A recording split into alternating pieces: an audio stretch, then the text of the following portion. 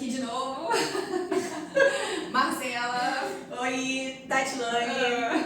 E a gente está aqui para falar sobre o tema do nosso segundo episódio das neurodivergências, a arquitetura e a neurodivergência. Só que agora a gente vai falar de um tema, a gente vai tentar colocar um pouquinho da nossa experiência, das coisas que a gente já viveu e por que a gente está querendo trazer tudo isso, né? Eu acho que a gente tem um lugar de fala nisso tudo, né? A Tati, sem dúvidas, acho que ela vai agregar bastante nisso com vocês, se identificar também, que ela tem o Pietro, né? Mas aí eu vou deixar ela falar, né? Antes de eu falar um pouquinho da minha história, eu também queria falar da história da Marcela. A Marcela também chegou aqui com a gente e o que foi que me abriu os olhos, porque eu tinha a minha necessidade, né, nesse campo da neurodivergência, da pessoa com deficiência. E a Marcela chegou para mim no currículo dela que ela fazia parte de uma ONG, União Carioca Autista. A gente pode até botar um link aqui para eles, né? Isso. E lá eles atendem crianças com autismo. E aí eu tive nessa experiência, eu estava fazendo CCC, sim, eu fui voluntária.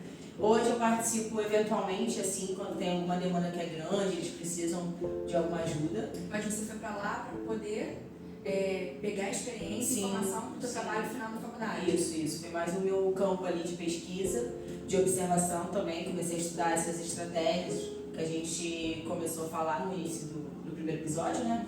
Sobre essas estratégias assim de arquitetura, design. Então aí foi quando eu comecei a despertar essa paixão que eu nem sabia que tinha, né? Porque eu não tenho nenhuma pessoa assim diretamente na minha família que tenha alguma deficiência, uma necessidade do ambiente. Me foi algo muito natural que eu fui descobrindo e eu fui me encantando, falando, poxa, como que a gente pode, né, ao mesmo tempo ser bom pra gente fazer algo que a gente gosta, trabalhar com o que a gente gosta, servir algo pro outro, né, e mudar também um pouquinho o mundo, um pouquinho como são as coisas, ter esse olhar mais sensível, o design mais empático, essas questões eu acho que é lindo. Quanto tempo que você está voluntária lá?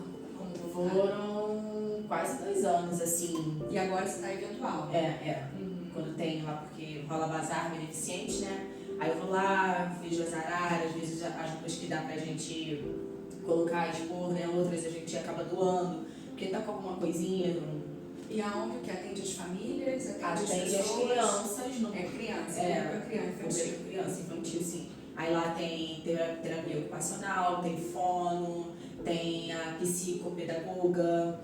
E aí eles atendem essas crianças e também tem os pais que precisam do apoio. Que precisam desse apoio psicológico. Muitas vezes eles vão e precisam muito desabafar. Isso era uma necessidade que eu via bastante lá. Esse espaço acolhedor, assim, com quem contar suas experiências, trocar e como é que...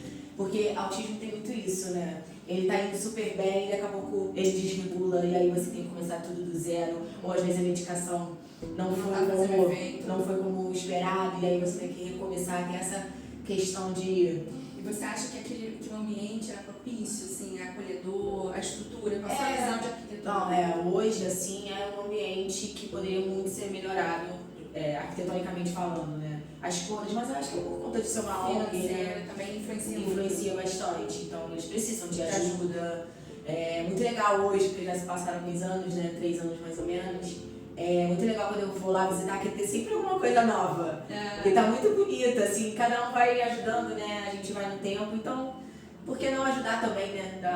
Da nossa forma aqui, da nossa área aqui, né? Da arquitetura. Aplicar isso melhor, melhor. Sim.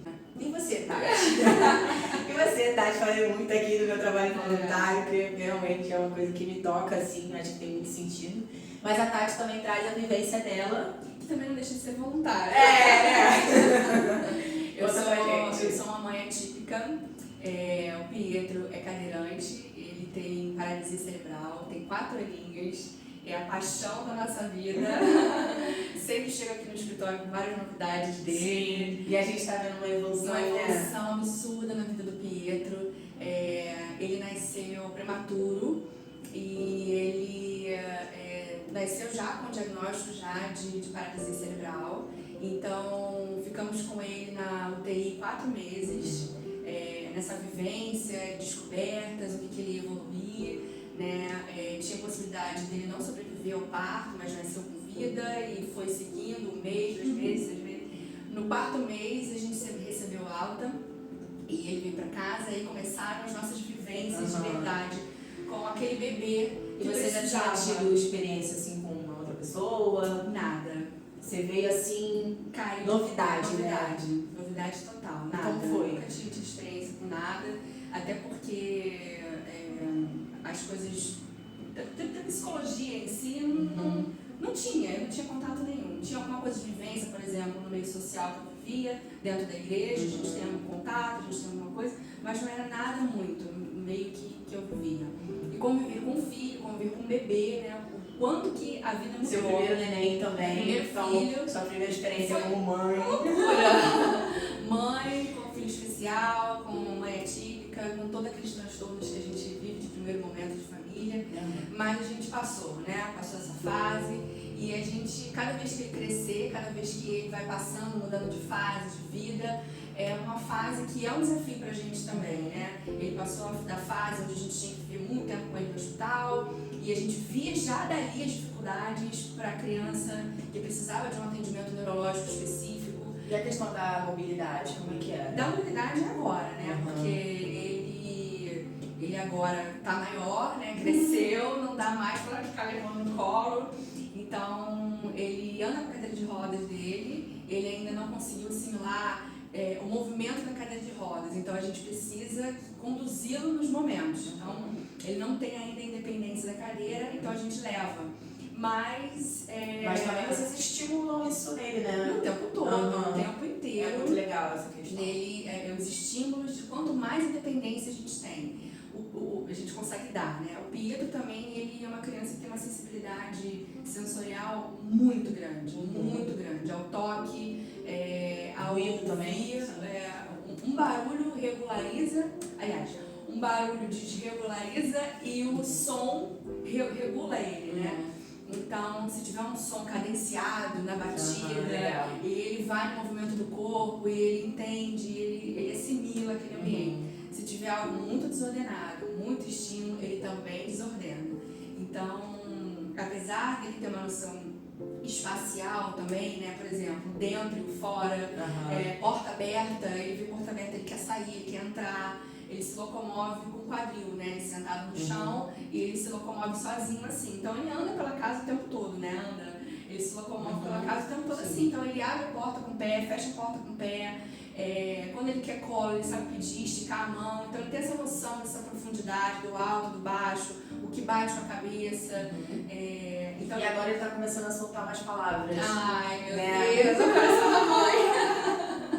E a gente falava tanto sobre isso, sobre a fala, né? Como que ia ser essa fala dele, né? Essa expressão dele. Apesar dele não ser verbal, completamente verbal, ele é muito expressivo. Certamente, qualquer pessoa que acabar de conhecer vai saber se ele está satisfeito ou não com alguma coisa. Ele vai conseguir expressar isso, né? A sensação que a gente tem é que ele sabe que ele não sabe falar, então ele tem necessidade de deixar isso muito bem claro. Gostei ou não gostei.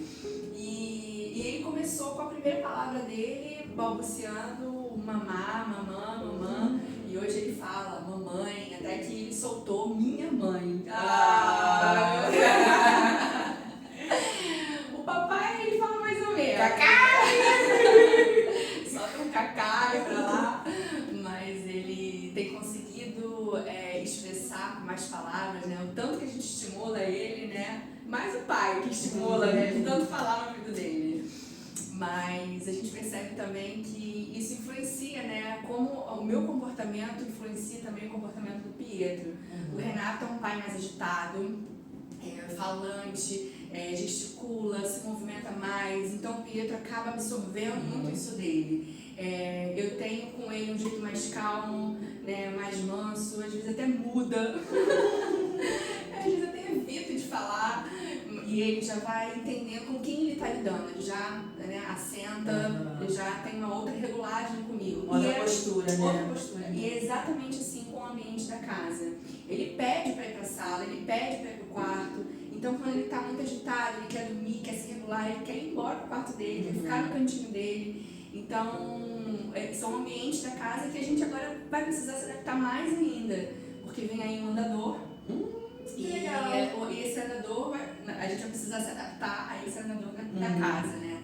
Em questão de vão, assim, de abertura? De passagem, dos móveis, de tudo, né? Porque a gente quer trazer cada vez mais independência para ele nesse sentido. Aproveitar a terapia, as fisioterapias, levar isso para a escola, né? Promover isso não só sentado na cadeira de rodas, porque é uma grande dificuldade que a gente tem de locomoção, os acessos, né? Enfim. E materiais também de construção, eu acho que é bem importante, né? Por exemplo, o piso ter a segurança, né? Um piso mais emborrachado. Em alguns lugares é necessário. Parede também, questão de revestimento, que a gente gosta bastante de especificar a textura rolada. E ele ama colocar a mão, assim, sentir mesmo tudo dele, a sensibilidade dele no toque, e ele tem uma sensibilidade facial. Tudo dele ele leva pro rosto para ele sentir o que é aquilo ali. Legal, né? Apesar dele enxergar e ter também... Sim, muito legal que eu digo... Muito legal a forma como ele sente as coisas, sem dúvida. Apesar dele dele enxergar e apesar dele ter essa obstrução bilateral, ele identifica as coisas dessa forma, né? Ele não que ele não enxergue, ele vê as coisas, mas ele precisa entender o que está acontecendo, ele coloca no rosto. Então, assim, uma bola, ele coloca a bola no rosto, enfim, um brinquedo, ele coloca no rosto. Eu assisti um filme outro dia na Netflix, depois eu vejo o nome pra passar pra vocês. Eu sou a doida dos filmes, né? Eu sempre falo de algum filme aqui. E que o menino tinha autismo. E aí, quando ele ficava um pouco agitado, a irmã, né, que acompanhava ele, fazia assim com os dedos. E esse movimento assim dos dedos fazia com que ele pegasse os dedos, ele prestasse atenção no que está acontecendo ali, na visão unidirecional que a gente colocou. Nossa, maravilhoso. E aí ele pegava a mão e passava no rosto, igualzinho que você falou do Pietro. Eu também faço esse movimento corporal com ele, né? Quando eu preciso que ele aguarde, né? Eu falo, e isso é um outro ponto também, que eu tento lidar com o Pietro da forma mais natural possível. Eu tento ter uma vida natural, então eu passo isso para ele também, porque ele vive nesse mundo onde ele é minoria. Então, vamos se adaptar também, né? Os dois lados, né? O mundo se adaptar às minorias e essa minoria se adaptar ao mundo até que a gente chegue nesse equilíbrio. Então, eu tento, não sei se o que eu estou pensando é o certo, mas eu penso como mãe, que é melhor para o meu filho. Então, eu tento colocar ele também num lugar que ele, né? Uma criança de 4 anos, que precisa ser obediente, que sabe? E eu falo, espera, não sai daí. E eu faço esse movimento com a mão. E quando eu só falo com ele tem mais dificuldade de obedecer nesse sentido. Quando eu faço a mão, movimento com a mão e ele vê a minha mão, ele concentra mais.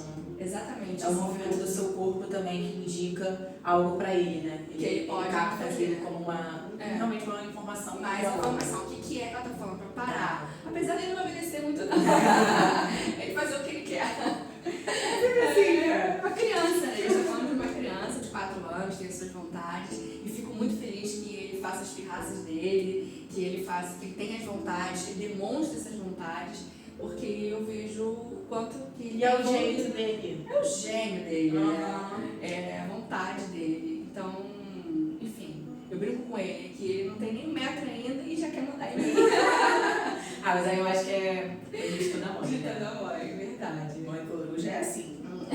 Então, gente, essa segunda parte, ela acaba por aqui, vai vir a terceira e vamos deixar as outras estratégias aí, mais assuntos para a terceira parte, tá bom? Então, fica com a gente, acompanha que arquitetura e neurodivergências tem assunto aberto para falar. E não deixe de deixar o seu comentário, que eu quero muito saber sua experiência também nisso. Um pouquinho, assim que a gente vai agregando conteúdo, né? Tá certo. Gente, obrigada, tá? Por vocês terem ficado até aqui e acompanhe a gente com mais conteúdos. Tchau, tchau.